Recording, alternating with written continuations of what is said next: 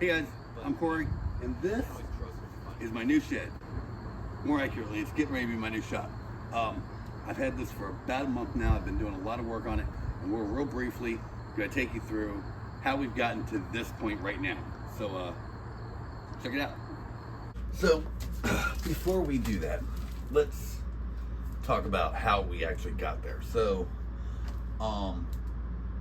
this has been my shop for the last 4.5 years, give or take. Those of you who have seen the channel from the beginning know that we started in an apartment bedroom, and it was challenging, we'll say. Sawdust does not come out carpet very well, and we used to work around a old dining room table. This is the one you give the people you don't like. It doesn't shut up. Ready hot glue somewhere. Ow! Because that wasn't meant to be a shop. When I moved in here, this was meant to be a shop, but it was meant to be a wood shop. And so there's a miter saw station, and there's wood tools, and there's a bandsaw, 2 bandsaws, and a paint booth for painting big stuff or finishing stuff, clamps, filtration, and all of this was built for a wood shop. Now, I'm not saying I'm not going to do any more woodworking, but for the last 2-3 years, I haven't been doing woodworking. I've been doing toy customs, and that involves a different set of things. And while I've brought a lot of the knowledge and experience that I learned doing woodworking and making and prop making and all that stuff to this, and I've been very successful in doing that by the power of Grayskull. Oh man, I want the hair and the abs, not the harness and the red underwear. This setup isn't made for that. So, hence the new shop. Now, this will hopefully eventually be a living room or a family room, whatever you want to call it. Until then, I have to get that set up and finished. Now, I started planning that about maybe a year ago, maybe not quite, when it first started becoming an inkling. The plan, I want to say, started formulating beginning of the year, and it was kind of like a countdown to when I could do this, and it took a lot of finding the right thing, Google searches, would this work, would that work, should I build one, should I get one made, should I whatever. And for a long time I was going to do a custom one, and it was going to be one-off, exactly what I wanted and stuff like that. More and more I looked, I found one on Facebook Marketplace, and it was good price, but you can't always trust what you find on Facebook Marketplace. So I took a ride up there and met the guy, and it was legit. Got pictures of it there and talked to him. He's like, it would be $6,200 delivered, which was amazing for a 12 by 24 shed. I then, started doing what I needed to do, got the ball moving, got a 401k loan from my 401k, and started getting, we got concrete poured. Well, that's where the pad's gonna go. Exciting. And we have a slab. It's not cured yet, but now I didn't have to do that. I got the concrete poured because it was going to be the floor of the shop, very much like I have concrete here. That was the original plan. This was before I'd found the shed I wanted, but it was very quickly evident that to get a shed delivered, it had to have a floor. Otherwise, they'd have to build it on site, and it'd be way more expensive. Had I known that, I probably would not have even bothered with the concrete pad, because it ended up being over too far. And my buddy and I had to then pour an extension onto it, which was exhausting. It was not a job for 2 people. It was a job for 5 people or something. But we just made it work. About a week later, I got the shed delivered. It's here. He's getting up straight as bitch. And homeboy was a magician with this thing. Like, he had a trailer that not only would, move the trailer forward and back, but also side to side. That is so cool. It's getting delivered.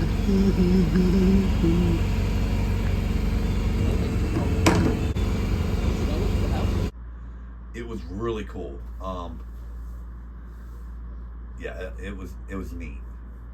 Once he got it in, then like the real work began, and I had to, figure out what kind of insulation, how I'm finishing the inside, and I've decided that I was gonna, just use styrofoam insulation. It was easier, less itchy. Who likes fiberglass? And got all of it done, and I actually got way more than I needed, which is a good thing because I didn't take it back. Then I decided to go with wood, just like I did in here. Like, the whole purpose of this was that I can hang whatever, wherever, and I don't necessarily have to find a stud. For everyday things, pegboards, organization, shelves, stuff like that, those walls are fine. So we got boards and insulation, and we just started cutting. I just got my first piece of insulation in. So now I just have all of this to do. That's the way I've decided to do it. I also had, the need to replace, we have a storage shed, or had, and I need to replace that.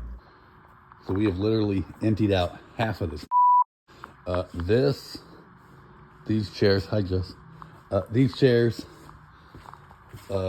this love seat, and these bookcases are going to be eventually going in the house.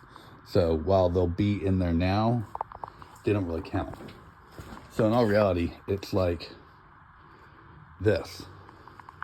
The closer and closer I got to finishing the inside was the sooner and sooner I get out from under that storage payment every month, which when we moved in was like $175 and has gone up $200 in the last 4 years. So now it's like a car payment, which there's a reason I paid off my car.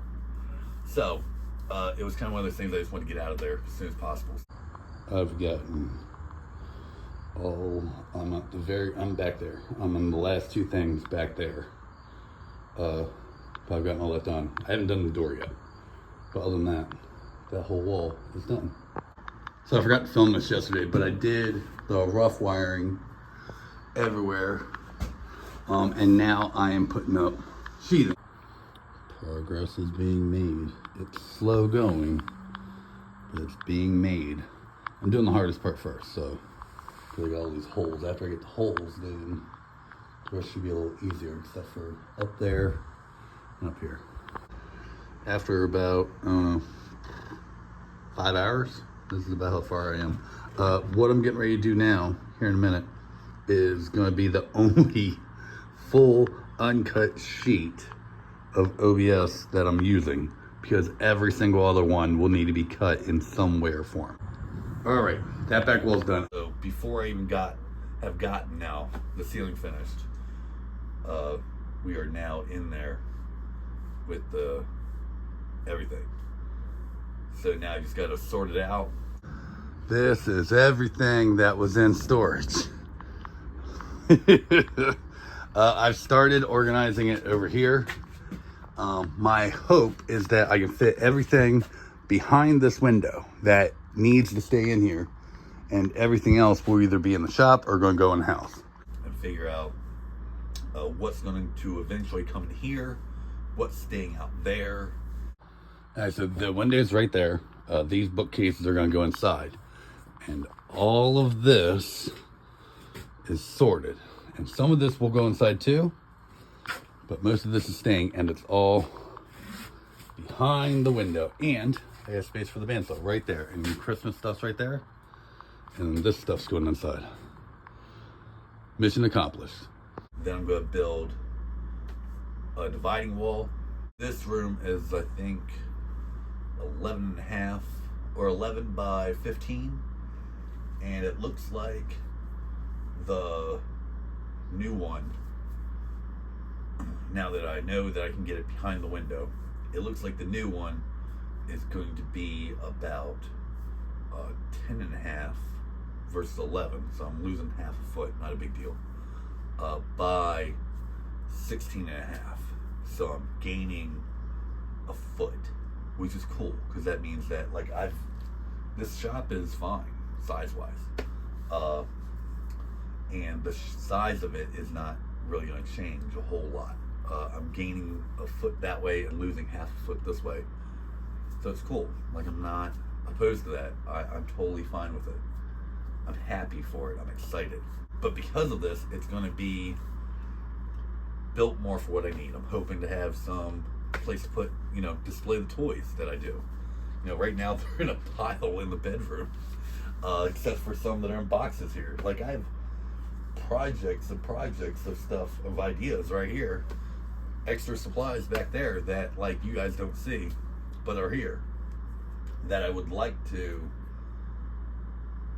have easier access to. The 3D printer that's over there that I have to go over stuff to get to, I have a place for it. The bandsaw that I would use more often if I didn't have to flip it up. While this was a good idea, if I didn't have to flip it up to use it, it would be used more often. But there's also stuff I don't need. I don't need a whole workbench like this. When this was a woodworking shop, I needed this. I got a desk I got an adjustable height desk that I'm going to use.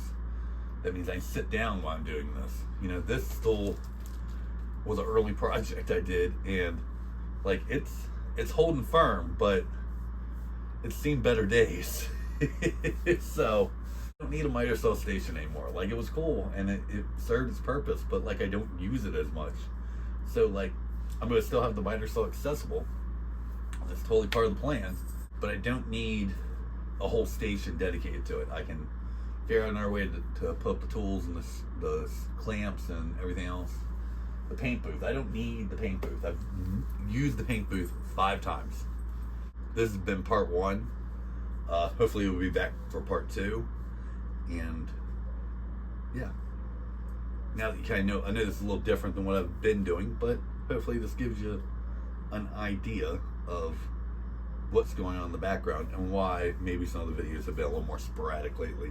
Hopefully I can get the second part of this to you next month, but for right now I want to at least get you something and let you guys know what was going on.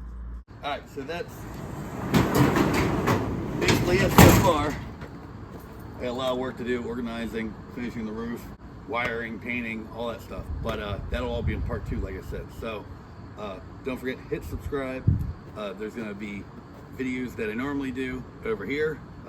Google's going to suggest something to you down there. I'm not sure what it's going to be. Don't forget to come back for part 2, and I'll see you in that video.